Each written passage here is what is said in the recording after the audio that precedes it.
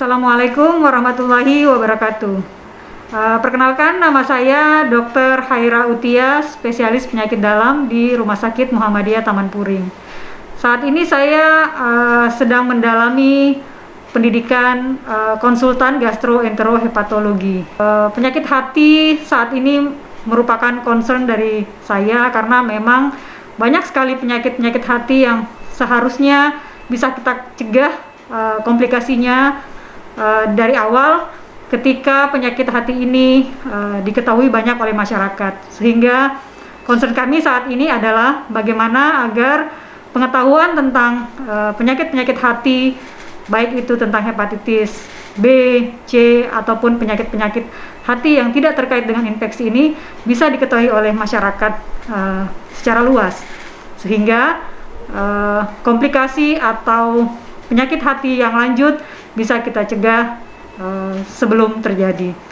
Harapan saya masyarakat dapat meningkatkan rasa ingin tahu atau pengetahuannya tentang apa saja yang sebenarnya bisa kita lakukan untuk mencegah penyakit hepatitis ini. Kita berharap bahwa penyakit hepatitis ini bisa tereliminir di seluruh dunia, dan upaya-upaya untuk mengeliminasi hepatitis ini sedang giat-giatnya kita lakukan, sehingga di 2028 kita berharap hepatitis ini sudah hilang di dunia.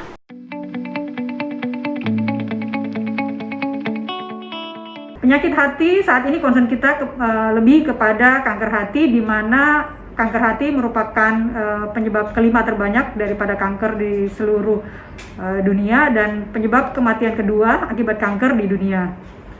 Penyakit kanker hati ini dapat kita ketahui sebenarnya penyebabnya agak berbeda dengan kanker-kanker yang lain, karena 90% daripada kanker hati ini penyebabnya adalah primer di hati. Dan penyebab yang tersering adalah hepatitis B, hepatitis C, perlemakan hati atau fatty liver, dan penggunaan alkohol. Perjalanan kanker hati ini biasanya dimulai dengan penyakit kronik hati atau hepatitis kronis yang penyebabnya tadi adalah hepatitis C, hepatitis B, alkohol, perlemakan hati, dan beberapa makanan yang mengandung aflatoksin. Perkembangannya kemudian hepatitis kronik ini kemudian berubah menjadi sirosis, kemudian menjadi kanker hati awal atau early hepatocellular carcinoma, dan akhirnya menjadi advanced hepatocellular carcinoma yang penanganannya agak sulit. Sebagai penyebab kanker hati yang terbanyak adalah virus hepatitis B, di mana kita ketahui di seluruh dunia ini ada lebih dari 2 miliar orang yang terinfeksi dan ada 1 juta kematian per tahun, dan mereka yang merupakan carrier kronik ada 350-400 juta, dan penyakit hepatitis B ini 100 kali lebih infeksius daripada HIV atau penyakit AIDS. Di Indonesia sendiri, dari data Riskesdas tahun 2013 kita dapatkan angka kejadian hepatitis B ini ada 7,1%, di mana pada anak 1-14 tahun kita dapatkan 6,8%, dan umur lebih dari 15 tahun adalah 7,1%. Penyebab lain adalah hepatitis C, kejadiannya adalah 71 juta di seluruh dunia, dan diestimasi di tahun 2016 ini ada 399.000 orang yang terinfeksi hepatitis C.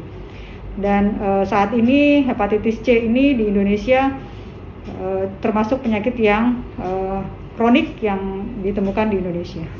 Untuk hepatitis B ini kita mendapatkan ada 4 fase, di mana sebagian besar dari fase hepatitis B ini tidak bergejala, sehingga memang upaya untuk screening sangat penting, karena dalam 4 fase ini biasanya yang terdapat gejala hanya dari 2 fase, yaitu fase imunoreaktif dan fase reaktivasi. Gejalanya sendiri 70% hepatitis ini tidak bergejala. Kalau ataupun ada gejala yang muncul biasanya berupa muntah-muntah, cepat lelah, anoreksia, dan nyeri sendi. Dan gejala ini akan membaik bila terjadi inflamasi hati yang ditandai dengan icterus. Untuk mengetahui, biasanya dokter akan menanyakan mengenai riwayat penyakit pasien, kemudian resiko dari pajanan, dan apakah ada dari anggota keluarga yang menderita sirosis atau kanker hati. Dan pada pemeriksaan fisiknya biasanya ditemukan kuning, atau ada juga kadang-kadang kita temukan sebagai stigmata sirosis.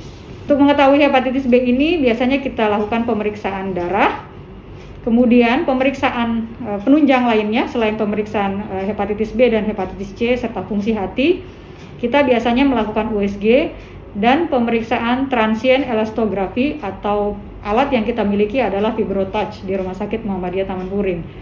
Pemeriksaan ini bisa menggantikan biopsi hati yang dilakukan untuk mengetahui adanya kerusakan hati. Pemeriksaan lain adalah untuk melihat apakah ada kanker hati, maka transient elastografi ini juga membantu ditambah dengan pemeriksaan AFP atau alfa fetoprotein.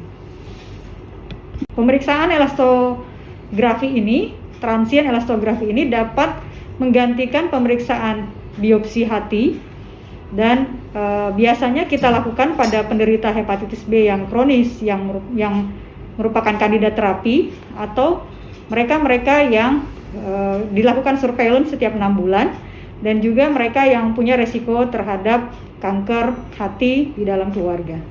Ini adalah gambar daripada pemeriksaan ini.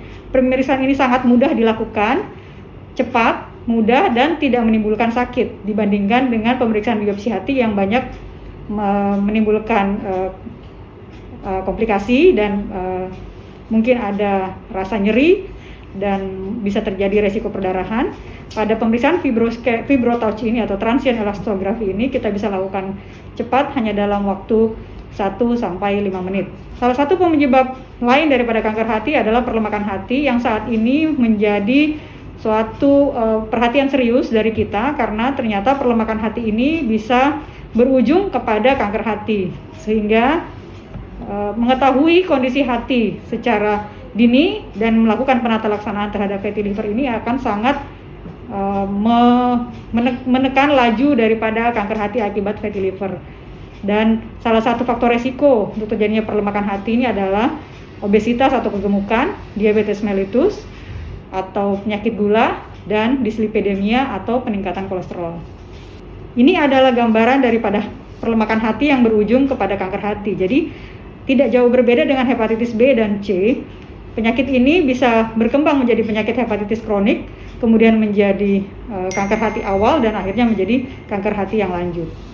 Kejadian kanker hati yang diakibatkan oleh perlemakan hati ini memang banyak teori yang terkait, dan kejadian perlemakan hati ini dikaitkan banyak dengan faktor daripada kegemukan atau obesitas, kemudian perubahan daripada mikrobiota di dalam usus atau kuman-kuman baik yang ada di usus, dan beberapa faktor genetik yang diduga menjadi penyebab kejadian daripada perlemakan hati. Di samping adalah faktor-faktor eksternal seperti makanan dan lain-lain. Ini adalah gambaran daripada USG dari pasien yang dengan perlemakan hati, di mana ada beberapa grade yang akan kita dapatkan, mulai dari grade 1, grade ringan, grade 2 sedang, dan grade 3 yang cukup berat. Ini adalah gambaran daripada pemeriksaan transient elastografi atau fibroscan atau FibroTouch yang akan keluar dari hasil pemeriksaan ini, dan ada beberapa parameter yang akan kita pakai untuk menentukan apakah pasien sudah harus diobati dan apakah sudah beresiko untuk kejadian sirosis, dan yang terakhir adalah kejadian kanker hati. Ini adalah alatnya kurang lebih sama persis dengan yang kita pakai untuk hepatitis B dan C. Jadi pemeriksaan transient elastografi ini adalah pemeriksaan yang kita lakukan pada semua resiko yang memungkinkan terjadinya penyakit hati kronik dan yang berujung kepada kanker hati. Prognosis atau harapan daripada akhir daripada penyakit perlemakan hati ini banyak grade-nya, mulai dari beberapa faktor-faktor resiko yang mesti diperhatikan karena kanker hati ini memiliki resiko pada beberapa pasien-pasien, termasuk diantaranya perlemakan hati, di mana resikonya 2,4% hingga 12,8%. Yang terakhir, untuk menjadi pengetahuan kepada seluruh masyarakat bahwa untuk mencegah penyakit hepatitis B saat ini kita tahu bahwa ada imunisasi yang bisa dilakukan pada dewasa, tidak hanya pada anak, sehingga pemeriksaan screening apakah seseorang sudah terkena hepatitis B atau belum terkena hepatitis B, diharapkan bahwa mereka yang tidak terinfeksi hepatitis B bisa melakukan vaksinasi bila kadar daripada antibodi di dalam darahnya tidak mencukupi untuk menjadi perlindungan terhadap infeksi hepatitis B. Ada beberapa jadwal yang bisa dilihat di samping beberapa jadwal imunisasi dewasa yang lain yang bisa dilakukan pada dewasa untuk mencegah berbagai macam penyakit. Demikian yang bisa saya sampaikan mengenai penyakit hati ini dan bagaimana kita mencegahnya. Harapan saya, kami berharap bahwa peningkatan pengetahuan masyarakat mengenai penyakit-penyakit hati ini dan apa saja yang bisa kita lakukan dalam upaya mencegah penyakit hepatitis kronik yang bisa berujung kepada penyakit hati lanjut dan penyakit kanker hati bisa kita sama-sama lakukan pencegahannya. Demikian, semoga bermanfaat. Assalamualaikum warahmatullahi wabarakatuh.